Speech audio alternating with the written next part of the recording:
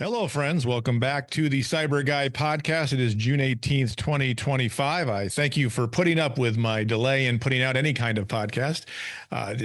Time has gotten away from me. I've been busy doing other stuff, and being able to podcast has not seemed to have been at the top of the mind to be able to do those things. But I'm coming back here with this episode, and there will be more episodes coming up in the future, plus a new podcast coming down the pike that I'll talk about at another time.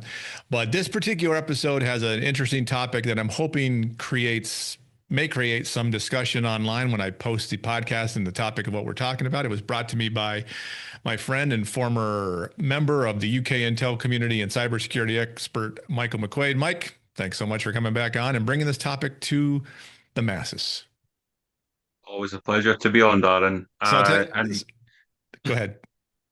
yeah, it was a topic I brought up to you yesterday, and it was just a wave of thinking that I had, and I thought I think this needs to be spoken about more because, well, we'll get into it. Why? Well, let's get right into it. I mean, the reason we're here is because we want to be here for a good time, not a long time. Figured I'd get that in early. But let's bring up the topic, and we'll kind of, I may play devil advocate a bit. I may agree with it a bit. We'll see how it goes and see what we come from. So bring up the topic, how you came to be about thinking about it, and go ahead.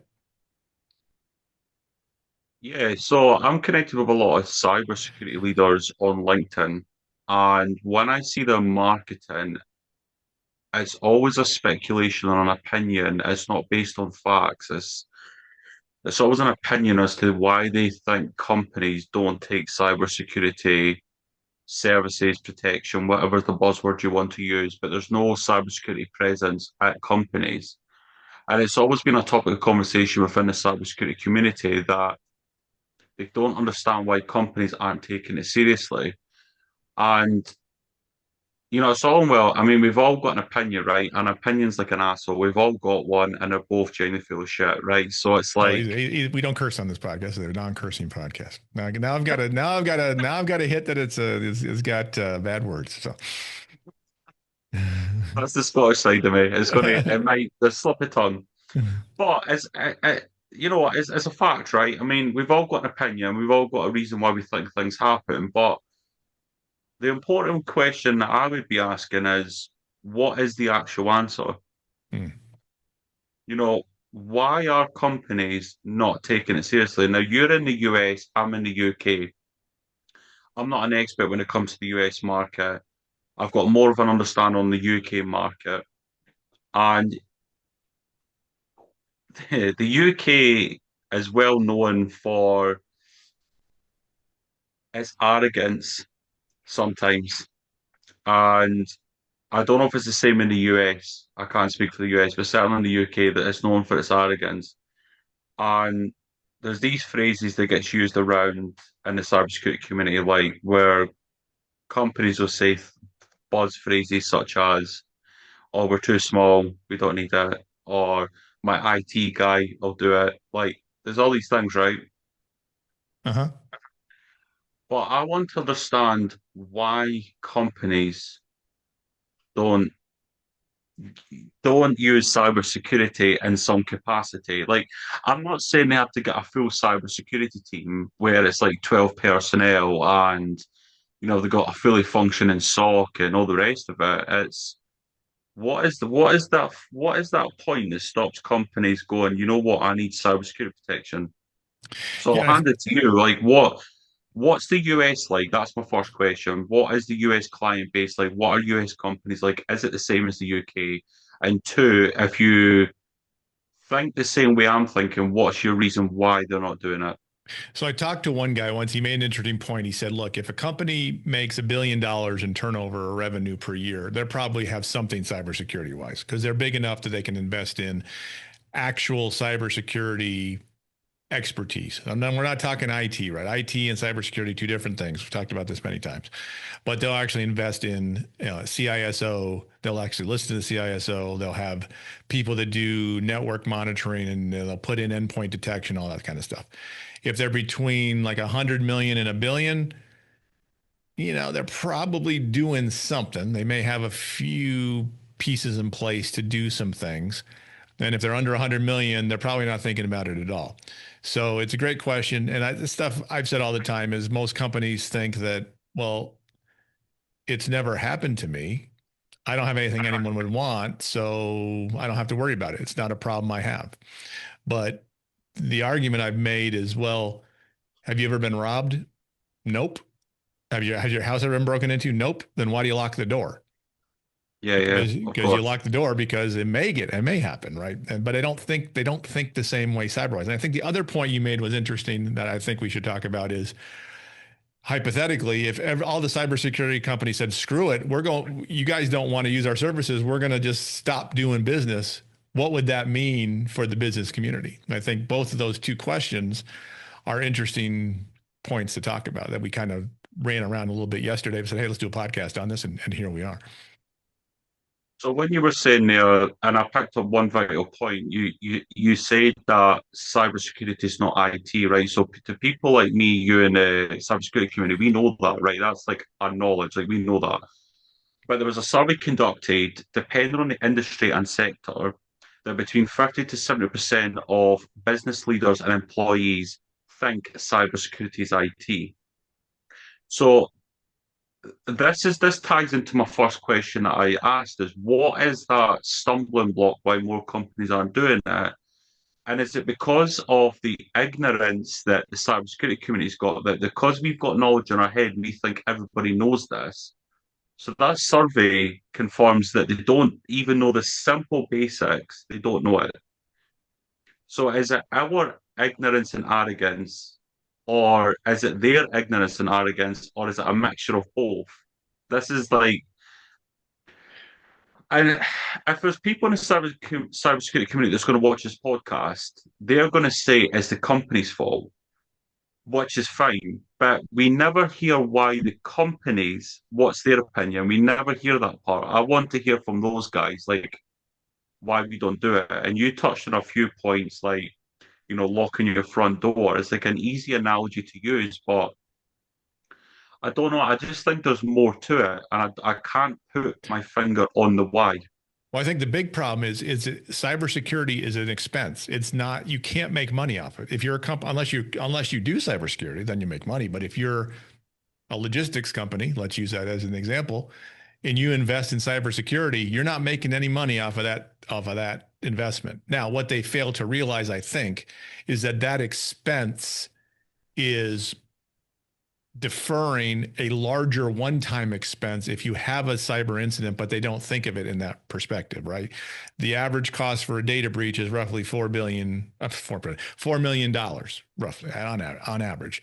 So if you spent $250,000 on a CISO and his associated cybersecurity, well, let's say 300,000, his associated cybersecurity functionalities, you're looking at, it would take what's that 10 years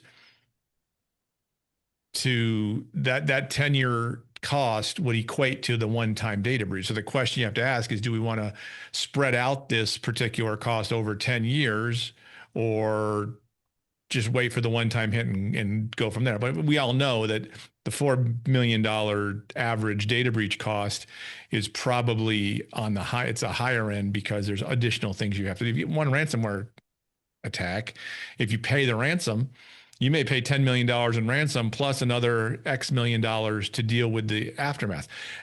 In your country, M&S, I think they're having a problem. And if they'd invested in cybersecurity correctly, would they have saved a couple pounds, would you say?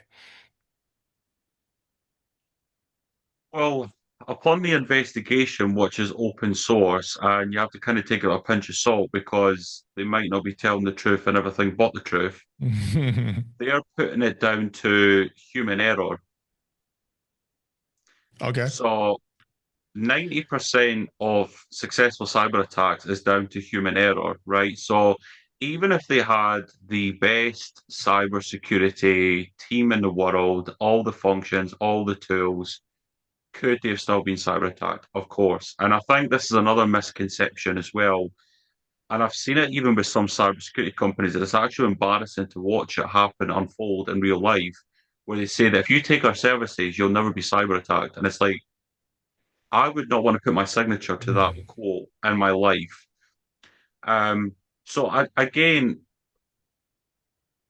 if cybersecurity companies are advertising that, then there'll be people in the market that'll read that and go, "Oh, well, if I just take this solution, I'll never be cyber attacked." And then what they don't realize is there's nothing that's 100% in the world bar two things, death and taxes. So I don't know why you're advertising it.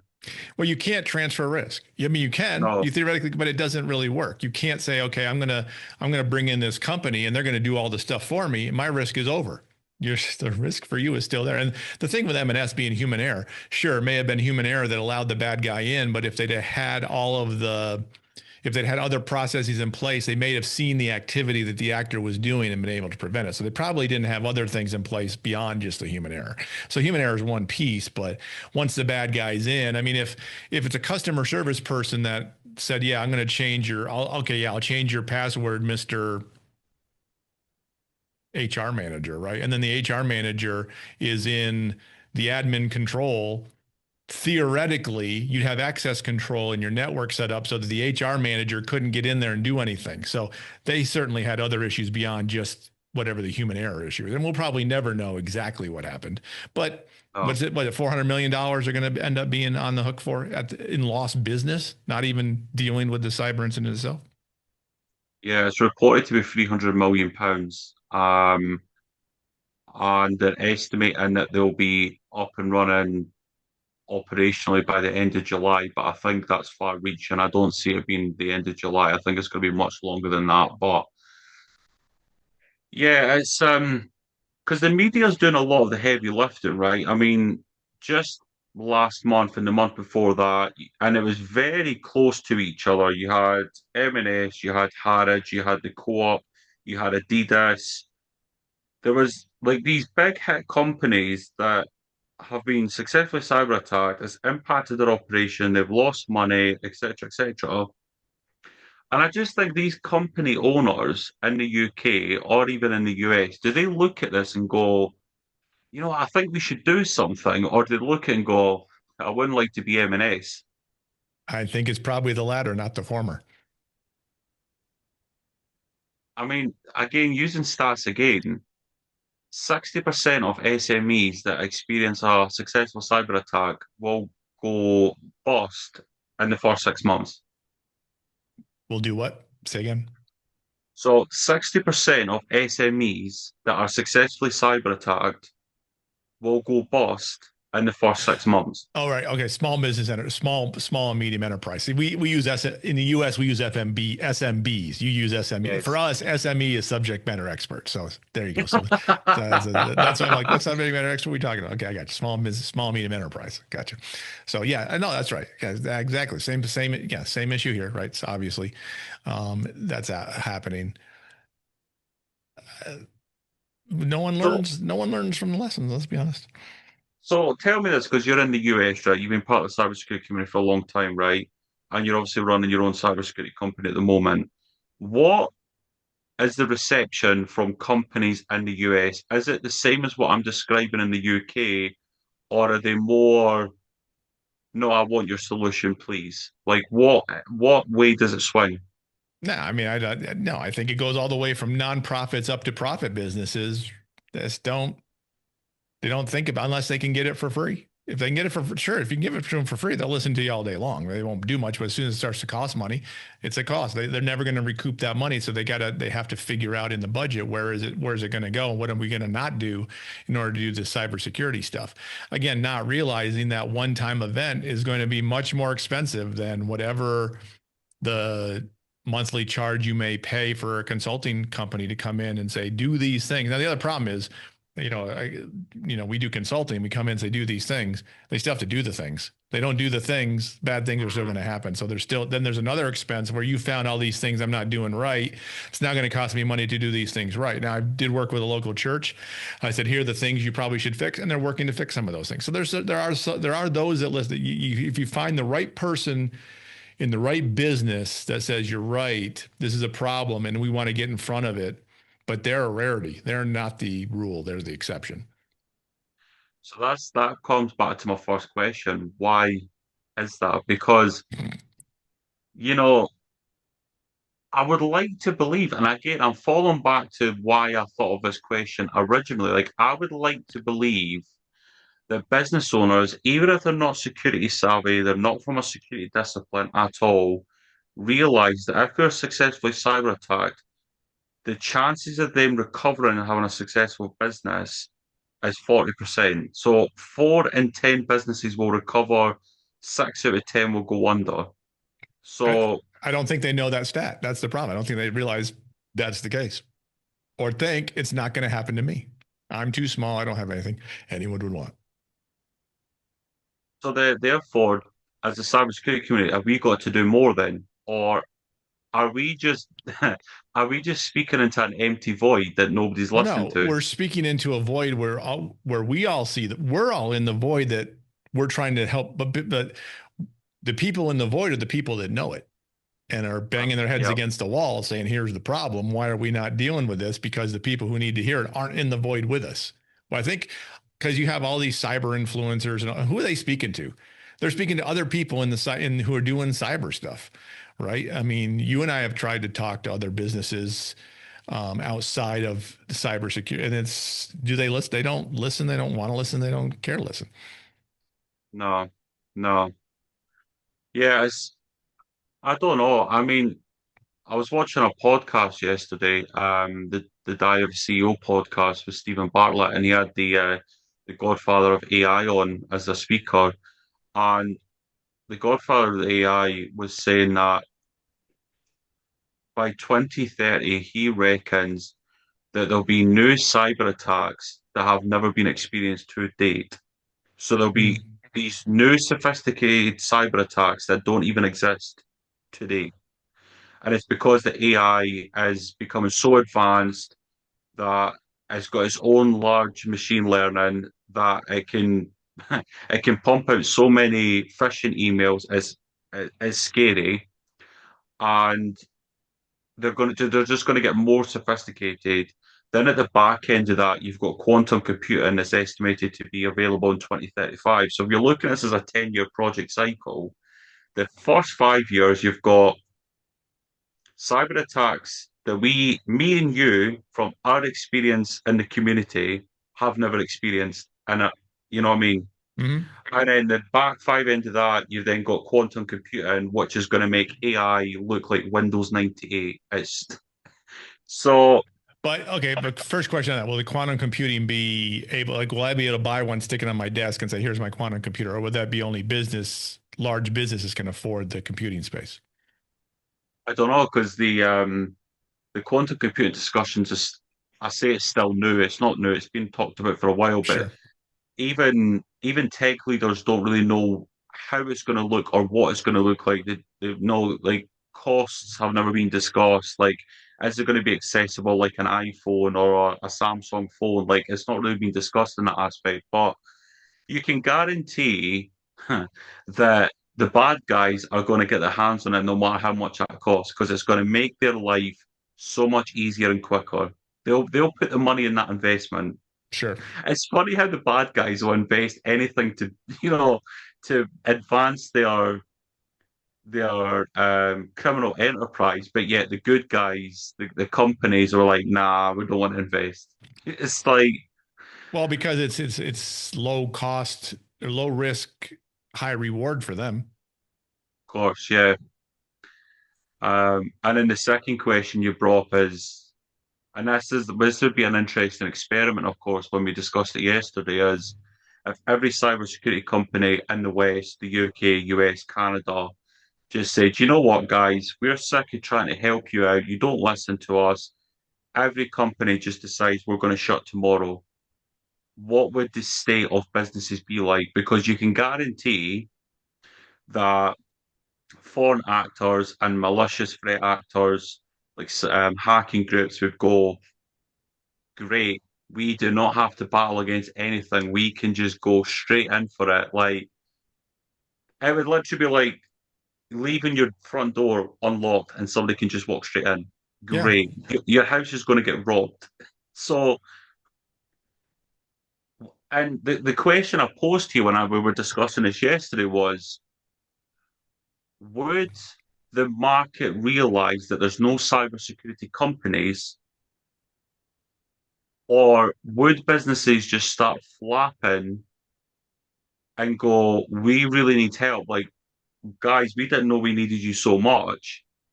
And then all the cybersecurity companies reopen again and go, just to let you know, we're doubling our prices because you didn't listen to us. Because I when there's I think that would be the case. because it's that supply and demand. It's a business, right? Supply demand. I mean, you're never going to get that to happen. You're never going to get every cybersecurity company go, you know what, we're just going to fold a company tomorrow. But it would be an interesting social experiment to see how the market reacts. Does it, today's Wednesday, everybody shuts Thursday. On Friday, does the market even notice there's no cybersecurity companies? I think it would take a little while until the attacks started, but the attacks would start pretty quickly. And then if there's no incident response company, no one's coming in to fix your system. There's no endpoint detection, so you're not even know anything's going. I mean, pick a problem. There's no forensics company. No one's doing forensics, so you can't find information on that. Law enforcement's going to be screwed because they won't be able to get intelligence related stuff from their third party vendors. It'd be yeah, and I think exactly what you're saying would happen. They'd say, okay, we now need your help, but it doesn't matter because the companies that it doesn't happen to in that time period before they reopen back up are going to go, didn't happen to us, so it's not going to happen to us ever. So that's going to bring me on to a really interesting point in a moment. We can get onto that because I've got a question for you. But before we go into that, I was going to ask you something else, and I've just went. My mind's just going everywhere at the minute with questions here. Um, Now we'll just go straight into it. So I'm thinking, right, what would have to happen in the world for the majority, at least, of companies to say we need cybersecurity support, right? What catastrophic event would need? And I say catastrophic event because I think that would be the only thing that would change the market and change the opinions. Where the cybersecurity community doesn't have to do much lifting anymore, much heavy lifting, not much marketing, because this catastrophic event has done its service to change the market. That's a good What do you question. think? It's a good question because here several years ago, Colonial Pipeline, one of the main gas and oil pipeline distributors in the southeast of the United States, had a ransomware attack. It only hit their finance system, so it didn't impact pumping and sending of the oil, but it certainly caused. They shut everything down. They didn't know what was going on, so shut everything, including distribution. So there were gas lines and gas stations that didn't get gas for a long period of time. Didn't seem to change much. Other companies didn't seem to do much. I mean, if let's say if tomorrow all the electricity went out because the electrical grid got hacked and compromised, then maybe. But again, if the electrical grid was down, no one has their computers up running anyway, so everyone needed that anywho. But I don't even know if that would be big enough. I think because there'd be other issues to deal with. So I guess it depends on a certain national infrastructure entity getting targeted. But we've had that. We've had, you know, $25 million ransomware payments that make the news. You have business email compromise. You have the news reports for it. But again, who's paying attention to that, right? You and I do. Sure, we see all of it. When I did a daily news podcast, I was reading it all the time, and it was like, hey, here's another one, here's another one, here's another one. Didn't have any impact on the ones that would occur in a week or 2 weeks. So, I yeah, just remembered the question I was going to ask earlier, right? And it's not so much a question, it's more just a theory here. But could you imagine, right, that the UK and the US didn't have the likes of FBI, MI5, GCHQ, NSA? Could you imagine what the national security of both nations would be like? And now I put a LinkedIn post about that not long ago, right? And because when you think about it, if those infrastructures were removed, right, and there's no national security to these two nations, then what would happen to the population? What would happen to national security in both nations? Because I feel like depending where you live in the US and the UK, it will be location dependent on this, right? But if you're in a nice area, crime rate's low, you're not really exposed to what the real world's like. You've got the police force, you've got these organizations that I've just mentioned. You can go about your day-to-day life and not have to think about crime. Hmm. But if you remove that safety barrier, then would the population's thinking then go, actually, I don't feel so safe now. And then the demand for security then goes up. I don't know. I guess it depends on who it impacts, right? There's certain areas that you're going to see a spike in crime hugely where they're going to say, hey, we need more help. And there's going to be other areas where nothing else, nothing new happens, right? I mean, Montana, Wyoming here in the US are very large states with very dispersed populations. Their crime issue probably wouldn't see a huge impact if the national intelligence stuff went away. But bigger metropolitan areas certainly would have bigger issues. So it's going to depend on who you are, where you live, and how it impacts you. I think that's the same thing with cybersecurity, depending on who you are. I mean, I would like to think that healthcare entities here in the US would realize they're under attack and should take efforts to do stuff to protect their system. I'm not sure they are. Same thing with banks, law firms, pick a problem. They're all being targeted, but no one seems to be doing much to mitigate the risk, I guess. I want to bring up an event because I've spoke to people about this privately, but I think this is something that is worth talking about on a broadcast stage, okay? And it's a sensitive topic, of course, before I say it, it's a sensitive topic, right? And I believe you were in the FBI when this event happened, okay? Mm-hmm. You were in the FBI when 9/11 happened, right? Oh yeah. So, and this is something I've always wanted to talk to you about, but then we always talk about other random things and I just forget to talk to you about it. What was, from an FBI level, I know what the impact was like for the US population and, the wars that happened, etc. But when you were in the FBI, what did that look like when 9/11 happened? So everybody, depending on what you were working, everybody started working counterterrorism. So we all got moved to counterterrorism related work. We did a lot of leads. If like I was I was doing cyber stuff, so my cyber stuff was put on hold for 3 months. I worked midnight to noon every day for 3 months, taking in leads, going to talk to people, calling people, reviewing evidence that we got from other areas. It was a whole host of different things. So if you think back, right, of when 9/11 happened, what happened after that event, right? And like I said, I apologize if anyone is affected by 9/11 and they're listening to us, like if they lost family members. Like, I'm not trying to be insensitive, but it's to really drive the point I'm trying to make here. When 9/11 happened, a lot of things changed. So, for example, the security posture at airports all over the world changed after 9/11. Like before 9/11, you could literally walk in an airport and that it was very poor security posture. But now it's that you go through 10 checkpoints, you've got scanners, you've got wands, you go through X-ray machines. Like that event changed the security industry. Also, after 9/11, a lot more cybersecurity companies started popping up as well, especially in the US.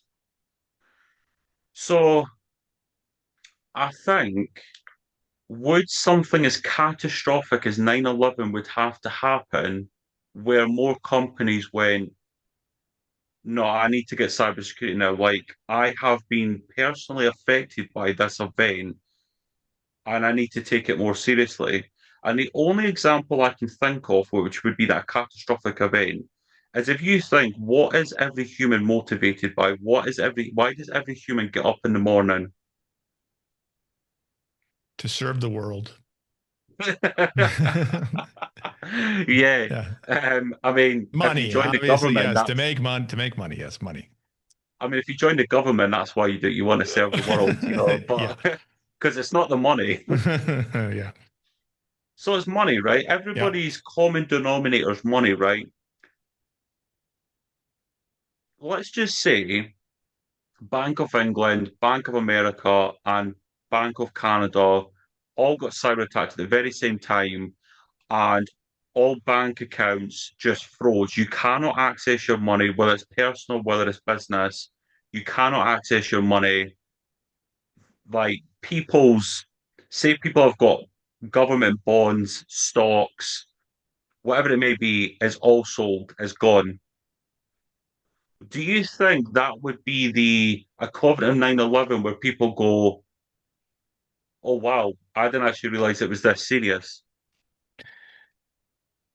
No. And the reason I say is because they don't have to deal with the aftermath of the cyber attack. For the banks, sure, the banks would say, okay, we probably should resolve this a little bit and do some better stuff. But the individual person probably would not be that impacted because how is that like 9/11? You said certainly you saw the changes with TSA and things like that. If this happened, how would that change how me as a retail operator, how would that impact me once it was resolved? So, sorry, I should have been a little bit more clear. I meant, like, for example, like C-suite at companies. So let's just take, for example, the logistics industry, right? The logistics industry is a very vulnerable industry. And the research that I've conducted, it doesn't seem like they take cybersecurity very seriously at all, especially in the UK. But has the logistics industry really been impacted and hit hard enough where they take it seriously? I don't think so. I don't think there's enough data to say yes, like confidently. So let's just say Bank of England gets smashed. The logistics industry cannot access their money. They cannot pay their staff. They cannot buy infantry. They cannot buy vehicles. They cannot move anything. Would that be the event where they go, like, we need to get cybersecurity in here? Like, that this has impacted us so much. We need to change our way of thinking. And if Bank of England got hit and it's all over the news, people in society and business are being affected, would that be the mental shift? I'm not sure. Again, unless it impacts them, the cyber piece impacts them directly. I don't think so. Because I think if the banks got hit, right, the banks would be like, well, I wish the bank would figure their crap out. Banks are stupid. They don't know what they're doing. They should fix that stuff. And then once everything's up and rolling again, everybody moves on again. Everybody, just kind of goes about their business. So therefore, as a cybersecurity community, are we just battling a losing war then? I think we all know we are. I mean, So there's little wins. There's little wins. The war, but the bad guys certainly have the advantage because the potential victims, again, I go back to what I said originally, don't think they're ever going to be a victim and don't think they have anything that would make them want to be or be a target to be victimized. hmm. See, I'm very much a person when there's a problem, there's a solution, right? And again, from the environment that you've come from, it's a similar environment I've come from where, especially when it comes to national security, you can't just be hit with a problem and go, I don't know, let's just leave it another day. I don't know the answer, right? Right. You have to come up with a solution, even if it's a solution that you wouldn't want, and it, like, say it's a bad outcome, you still got to find a solution, you know, come up with a dissemination, create an intelligence report and say, look, this is the outcome.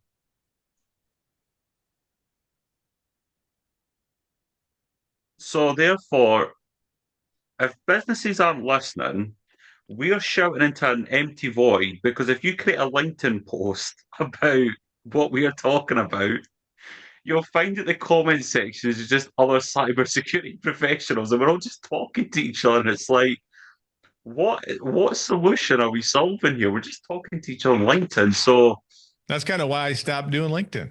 I haven't done LinkedIn in like a month and a half because what was it getting me? Sure, plenty of vanity points, as you like to say, because people would say, "Yeah, you're right. I agree completely." Like I have a friend of mine, Scott Ongemon, posts almost every day, but it's the same people saying, "You're right, Scott. You're killing it. You're right." It's the same people. You're not getting any business out of it. So, you know, it's yeah. I don't know. I mean, this is the question for hopefully when I post this on on LinkedIn itself or whatever. But I fear we're going to do this podcast. I'm going to post on LinkedIn. I'll post a video on LinkedIn. So you'll see me standing up, sitting down, moving my camera because I'm whatever. And the same people that follow us anyway that are interested in cybersecurity will say, yeah, I agree, you're right on. But the people that need to hear it and need to make the changes will probably never hear it, don't want to hear it. And you're right. I think we've shouted into the void here for 34 minutes, 35 seconds. I don't know.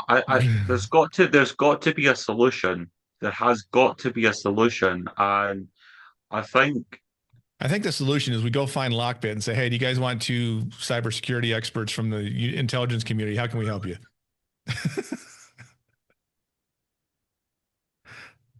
it's just I don't know. I just had this epiphany moment yesterday where my mind was going all over the place thinking, and then we had a chat and I jumped on the call and it's just like ventilating to you, and you were like, "Hey, let's just jump on a podcast and talk about this." Like people might be interested. So it's Yeah. like I don't know. Like I think you're right. There will be people on LinkedIn, YouTube, whatever it may be, whatever platform, who will go, I agree with Mike, I agree with Darren. I've been saying this for 20 plus years. I'm a CISO, I've been saying this for 25 plus years. Like, or you know what I mean? You just have the same people just like, I agree. And like I'm not discouraging those people to not comment on the post by the way. I'm not like saying don't comment. Like, but this again, I'm raising the problem that I'm seeing on social media is it's always the same people and it's our community that's frustrated, but it's not the right people that's listening. So how do we as a community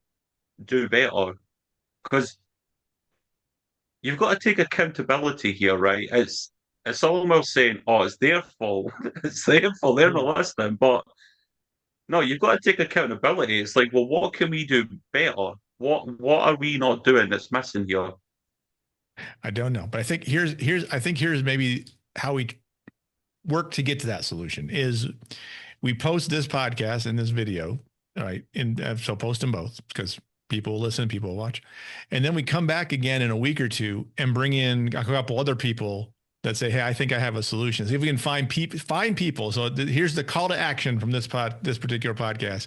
If you think you have a solution to the problem we have now posed over the course of the last half hour, reach out to Darren or Mike. You can see us on LinkedIn here and say, hey, I want to come on the podcast and talk to you about how I think the solution goes. I think if we can have those, we should have those conversations. I mean, if it means it's several different podcasts, maybe this becomes a quick little series for a month, finding the solution to why companies don't value cybersecurity and why they should. So if the call to action here, if you're in our community, which if you're watching this, you probably are, that's why you're listening. Let me know or let Mike know, and we can do another podcast and hear from solutions from people. It's all similar to my tactical cyber podcast is let's find the solutions and figure out how to use those. So how about that idea? I mean, I would love just some person who thinks they're a comedian to come in the comment section and say, I think we should do more marketing. Yeah. Yeah. Because that's all we bloody do is just Yeah. do marketing. But I You're don't not know. posting. You're not posting enough carousels. We need to post more carousels. That'll solve it. No, you can't hear this in the podcast. I'm like laughing.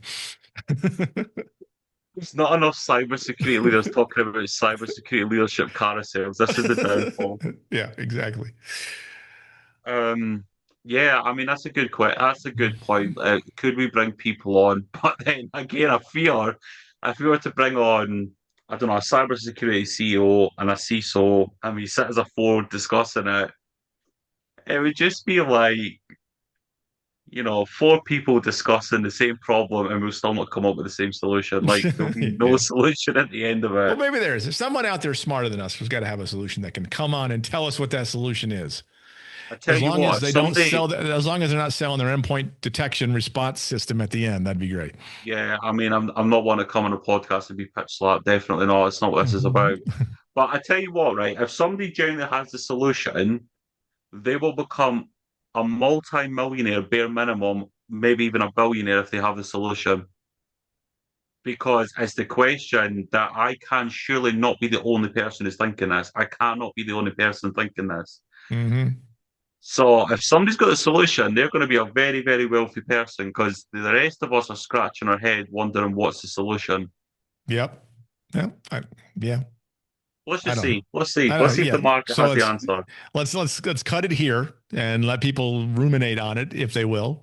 Pass it along to other friends. So if you've watched this and you found it interesting, someone who might have a good answer. Again, don't come on and, as Mike said, don't pitch slap us during the podcast. We want to hear the solution, but we don't want to buy your solution because we're both poor ex-intelligence people that have no money, so we can't buy it. So, but we certainly would like to hear the solution. So let's leave it at that. Mike, thanks for bringing up the topic. Thanks for the discussion. Thanks for the laughs as always. And we will hopefully, in an ideal world, everyone, we will come back again and follow up on this particular conversation if anyone is so interested. So if you have listened to this, feel free to post in the comments. If you're just cheering along with us because you're part of the community, great. If you have a solution, want to come on, hit me up and we'll schedule a time to come on and do exactly the same thing again. Any final words, Mike? Or is that all you got? I think we've just got to keep on fighting, haven't we? That's all we Keep can on do. fighting. That's right. Just Keep keep on fighting. Yeah, fighting. keep fighting. All right.